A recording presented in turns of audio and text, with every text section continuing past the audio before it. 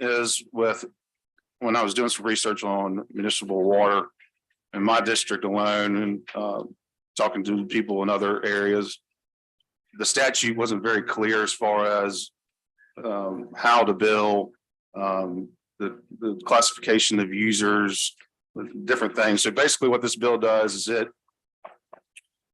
municipal water they have to bill based off of volumetric usage. And they can't just bill off of a number out of the pie in the sky. There are different rates on different classifications of users. So you can charge a different rate for residential versus commercial, different types of property, but you cannot have any kind of once you're in a classification, say residential, you cannot charge different rates on different residential users. User fees cannot be less than the cost of services billed. And then the rates must incorporate operating and maintenance costs for the sewer and water systems. That's a brief explanation of the bill. Are there any questions? Senator Horn. Thank you, Mr. Chairman.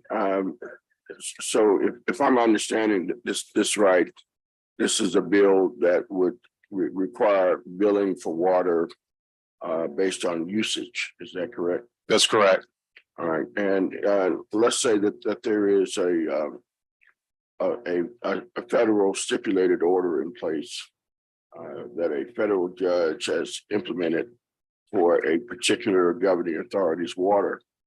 And if that conservator or interim third-party manager who is currently given the authority to set rules and regulations regarding billing and collections with a municipality in question, and they come up with a means of billing that is different from what's called for in this measure, and they implement it before the measure takes place and becomes state law. State law supersede what the federal manager has put in place. That's a question for council. Yes, so the interim third party manager, he's acting in the place of the municipality. And so once this becomes state law, he will be able to go beyond the scope of what this is. My question is, what if he stipulates an order prior to this legislation going into place that doesn't follow the precepts laid out in this bill that may later become a piece of statute? If he establishes a method that is different from what's called for in this bill, and then this bill passes, where are we legally with the manner collections are taking place? You would have to change them. It would have to follow state law. So my understanding is that in this case, the city of Jackson has a third party manager. And he's a federally authorized person by a federal judge to come up with rules and regulations about how the water is going to get repaired, the water treatment will be repaired, but also the billing and collection system. And the way I read the stipulated order is that if there's a law that supersedes whatever changes the third party administrator is making, that administrator would have to conform with state law. But that's existing law.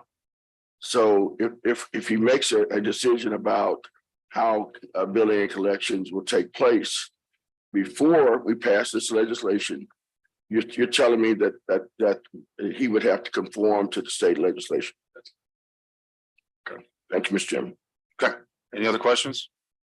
Senator Harkins. Does this legislation pertains to all? All municipalities. Look, water treatment is not regulated by the PSC. Everyone else is subject to the PSC. All other utilities are subject to the PSC, and they have to be metered. So we're just trying to make sure that municipalities are billing based off of actual usage. Is that what currently most of them or all of them currently do? Majority of them, but there are several cities out there that don't do it. Well, how do they bill? I don't know where they get their numbers from. There's, some of them are billing period.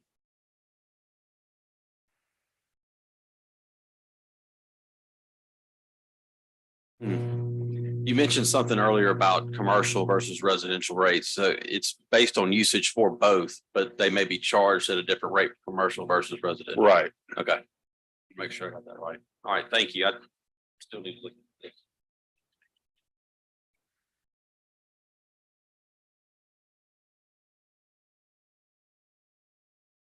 So, thank you, Mr. Chairman. So I guess is what municipalities are doing, what they're doing now, is it wrong? And this is why we need this legislation, or why do we need this? To have conformity, to make sure that everyone is charging fair rates based off of what the actual costs are that they incur. We're also trying to make sure that all municipalities are maintaining their systems. So that's why we're putting this into law. Should or should not, I guess, should that be a determination of the municipality rather than the state? Or we tell them, with this legislation, are they now telling the city of Jackson or the town of Leakesville how they have to operate their water? Because that's what this does. It's not telling them how they have to operate their water, it's telling them how they have to build and maintain.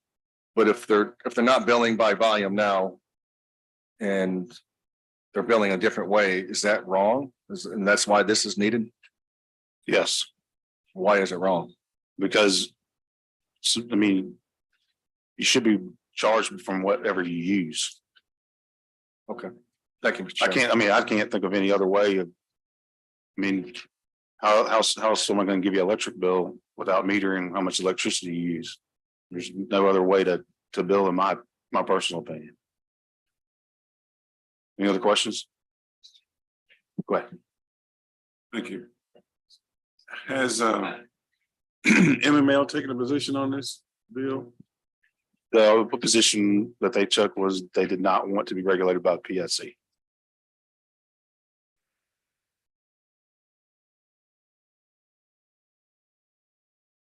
The questions?